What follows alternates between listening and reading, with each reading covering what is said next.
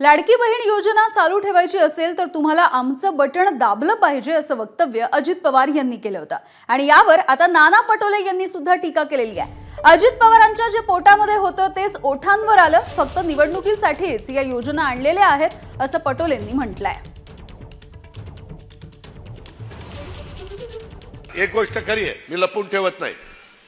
ताकाला जायचं आणि गाडगं लपवायचं अशा पद्धतीने माझा स्वभाव नाहीये। त्यामध्ये उद्याच्याला ही योजना चालू राहायची म्हटलं तर आम्हाला पुन्हा तुम्ही तिथं पाठवलं पाहिजे, आमची बटणं दाबली पाहिजे, तर ती योजना चालू राहील ना। अजित पवार साहेबांनी याच्यामध्ये जाहीरपणे सांगितलं की तुम्ही बटन दाबली नाही आम्हाला तर आम्ही ही योजना बंद होऊन जाईल। म्हणजे त्यांचं जे वोटात होतं ते वोटात आलेलं आहे।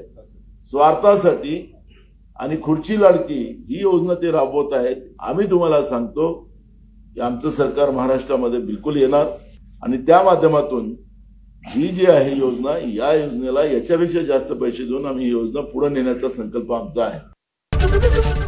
एबीपी माझा, उघडा डोळे बघा नीट।